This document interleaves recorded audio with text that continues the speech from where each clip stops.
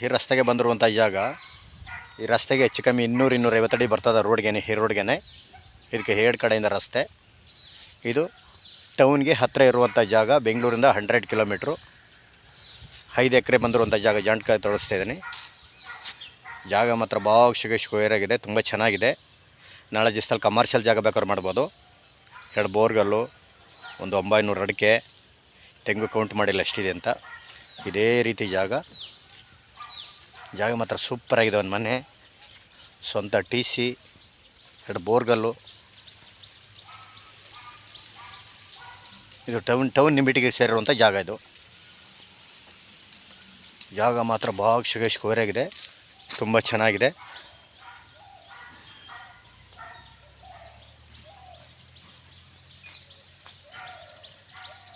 ಇದು ಬೆಂಗಳೂರಿಗೆ 100 ಕಿಲೋಮೀಟ್ರ್ ಆಗುತ್ತಾ, ಮೈಸೂರಿಗೆ 40-45 ಕಿಲೋಮೀಟ್ರ್ ಆಗುತ್ತಾ. ನಾಳೆ ಕಮರ್ಷಿಯಲ್ ಜಾಗ ಬೇಕಾದ್ರೂ ಮಾಡ್ಬೋದು, ತೋಟ ಬೇಕಾದ್ರೂ ಮಾಡ್ಬೋದು. ಆಲ್ರೆಡಿ ತೋಟ ರೆಡಿ ಇರೋಂಥದ್ದು.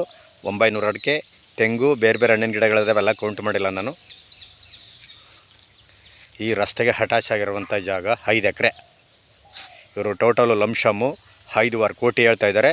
ಕೂತ್ಕೊಂಡ್ರೆ ಏನೋ ನೆಗೆಸಬಲ್ ಆಗುತ್ತೆ ಏನೋ.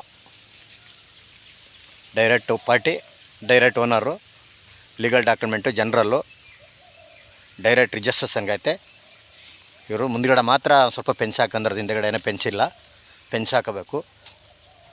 ಜಾಗ ಮಾತ್ರ ಸೂಪರಾಗಿದೆ. ಇವರು ಟೋಟಲು ಲಂಶಮ್ಮು 5.5 ಕೋಟಿ ಹೇಳ್ತಾ ಇದ್ದಾರೆ 5 ಎಕರೆಗೆ. ಕೂತ್ಕೊಂಡ್ರೆ ಏನೋ ಹೆಚ್ಚು ಕಮ್ಮಿ ನೆಗೋಷಿಯಬಲ್ ಆಗ್ಬೋದು. ಒಂದು ಮನೆ ಇದೆ, 2 ಬೋರ್ಗಲ್ಲಿದೆ, ಅಡಿಕೆ ಇದೆ, ತೆಂಗಿದೆ, ಲೀಗಲ್ ಡಾಕ್ಯುಮೆಂಟು, ಜನರಲ್ಲು.